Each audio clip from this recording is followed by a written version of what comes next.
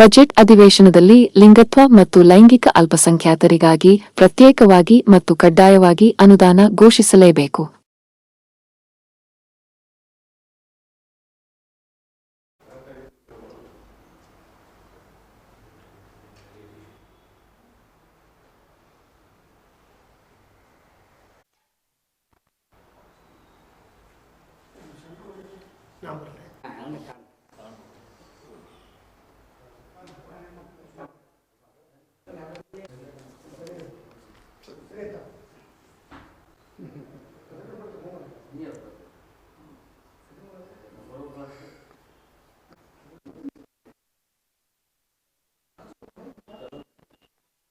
ಅದೇ ರೀತಿ ಗೋಮಾಳ ಜಾಗದಲ್ಲಿ ನಮ್ಮಂತ ಬಡ ಟ್ರಾನ್ಸ್ಜೆಂಡರ್ಗಳಿಗೆ ಜಾಗದ ವಿತರಣೆ ಮಾಡಬೇಕು. ಅದೇ ರೀತಿ ಉದ್ಯಮಶೀಲತೆಯಲ್ಲಿ ಬ್ಯಾಂಕ್ಗಳಿಗೆ ಲಿಂಕ್ ಮಾಡಿ 2 ಲಕ್ಷ ರೂಪಾಯಿ ಧನ ಸಹಾಯ ಮಾಡಬೇಕು.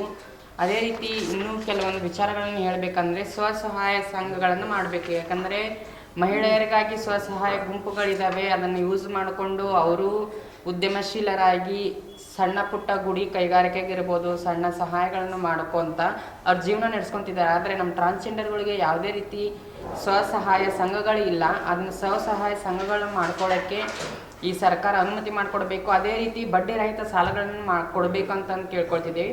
ಪಿಂಚಣಿ ಹಣ 2,000 ರೂಪಾಯಿಗೆ ಹೆಚ್ಚಳ ಆದರೆ ಆಗುತ್ತೆ. ಯಾಕಂದರೆ ಅಂತಂದರೆ ಸರ್ಕಾರಕ್ಕೆ ಬಜೆಟ್ ತುಂಬ ಇದೆ, ಆದರೆ ನಮಗೆ ಮಂಡನೆ ಮಾಡೋಕ್ಕೆ ಯಾಕೆ ಹೆಚ್ಚಿನ ಹಿಂಜರಿಕೆ ಮಾಡ್ತಿದೆ ಅನ್ನೋ ನಮ್ಗೆ ಗೊತ್ತಿಲ್ಲ. ಅದೇ ರೀತಿ ವಯಸ್ಸಾದ ಮೇಲೆ ನಮಗೂ ವೃದ್ಧಾಪ್ಯ ಪಿಂಚಣಿಯಲ್ಲಿ 5,000 ರೂಪಾಯಿ ಕೊಡಬೇಕಂತ ನಮ್ಮ ಮನವಿ ಇದೆ.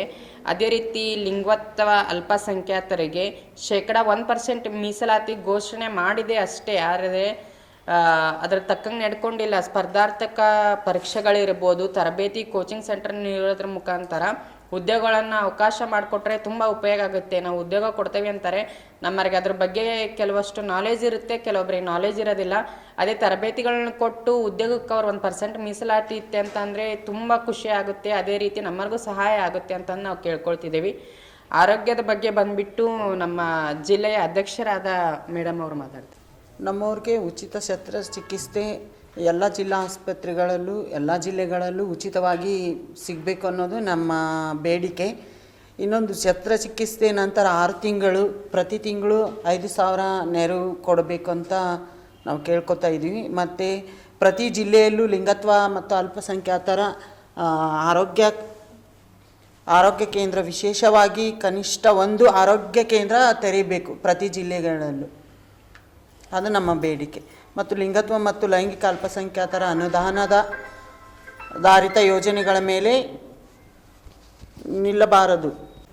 ಎಲ್ಲರಿಗೂ ಇವತ್ತು ಏನು ಲೈಂಗಿಕ ಅಲ್ಪಸಂಖ್ಯಾತರ ವಿವಿಧ ಬೇಡಿಕೆಗಳಿಗೆ ಆಗ್ರಹಿಸಿ ಗೋಷ್ಠಿಯನ್ನು ನಡೆಸ್ತಾ ಇದ್ವಿ.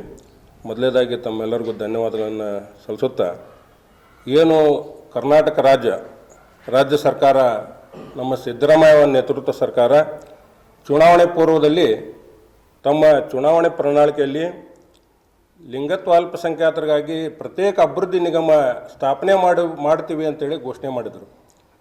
ಏನು ಅನೇಕ ಪಂಚ ಗ್ಯಾರಂಟಿ ಜೊತೆಗೆ ಲಿಂಗತ್ವ ಅಲ್ಪಸಂಖ್ಯಾತರಿಗೂ ಕೂಡ ಈ ಒಂದು ಅಭಿವೃದ್ಧಿ ನಿಗಮ ಮಾಡುವ ಜೊತೆಗೆ ಅವ್ರಿಗೆ ಬರ್ತಕ್ಕಂಥ ಶೈಕ್ಷಣಿಕ ಆಗಿರ್ಬೋದು, ಆರೋಗ್ಯ ಆಗಿರ್ಬೋದು, ವಸತಿ ಆಗಿರ್ಬೋದು, ಇದನ್ನು ಕಲ್ಪಿಸ್ಕೊಡುವಂಥ ಕೆಲಸ ಮಾಡ್ತೀವಿ ಅಂತೇಳಿ ಏನು ಸಿದ್ದರಾಮಯ್ಯ ಅವರು ಘೋಷಣೆ ಮಾಡಿದ್ರು.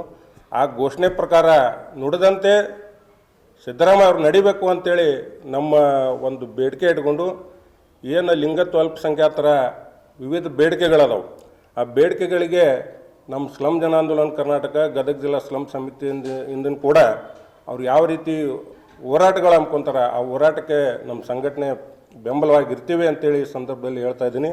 ಮತ್ತು ಏನು ಅವರು ವಿವಿಧ ಬೇಡಿಕೆಗಳದಾವು, ಆ ಬೇಡಿಕೆಗೆ ತಕ್ಷಣ ರಾಜ್ಯದ ಮುಖ್ಯಮಂತ್ರಿಗಳು ಹೆಚ್ಚಿನ ಗಮನ ಕೊಟ್ಟು ಆ ಒಂದು ಲಿಂಗತ್ವ ಅಲ್ಪಸಂಖ್ಯಾತರ ತುಳಿತಕ್ಕೆ ಒಳಗಾದಂಥ ಸಮುದಾಯಗಳಿಗೆ ಈ ಸರ್ಕಾರ ತಕ್ಷಣ ಸ್ಪಂದನೆ ಕೊಡಬೇಕು. ತಾವೇನು ಘೋಷಣೆ ಮಾಡಿದಿರಿ, ಚುನಾವಣೆ ಪ್ರಣಾಳಿಕೆಯಲ್ಲಿ ಏನು ಘೋಷಣೆ ಮಾಡಿದಿರಿ, ಪ್ರತ್ಯೇಕ ಅಭಿವೃದ್ಧಿ ನಿಗಮ ಸ್ಥಾಪನೆ ಮಾಡುವ ಜೊತೆಗೆ ಅವ್ರಿಗೆ 200 ಕೋಟಿ ಏನು ಅನುದಾನ ಕೇಳ್ತಾ ಇದ್ದಾರೆ, 200 ಕೋಟಿಯಿಂದ 500 ಕೋಟಿ ಅನುದಾನ ಕೊಟ್ಟರು ಆ ಒಂದು ಸಮುದಾಯಕ್ಕೆ ಅನುಕೂಲ ಮಾಡಿಕೊಡ್ಬೇಕು ಅಂತೇಳಿ ಸಿದ್ದರಾಮಯ್ಯ ಅವರಿಗೆ ಈ ಒಂದು ಗೋಷ್ಠಿಯ ಮೂಲಕ ಮನವಿ ಮಾಡ್ತಾ ಇದ್ದೀನಿ. I have come to support for this gender.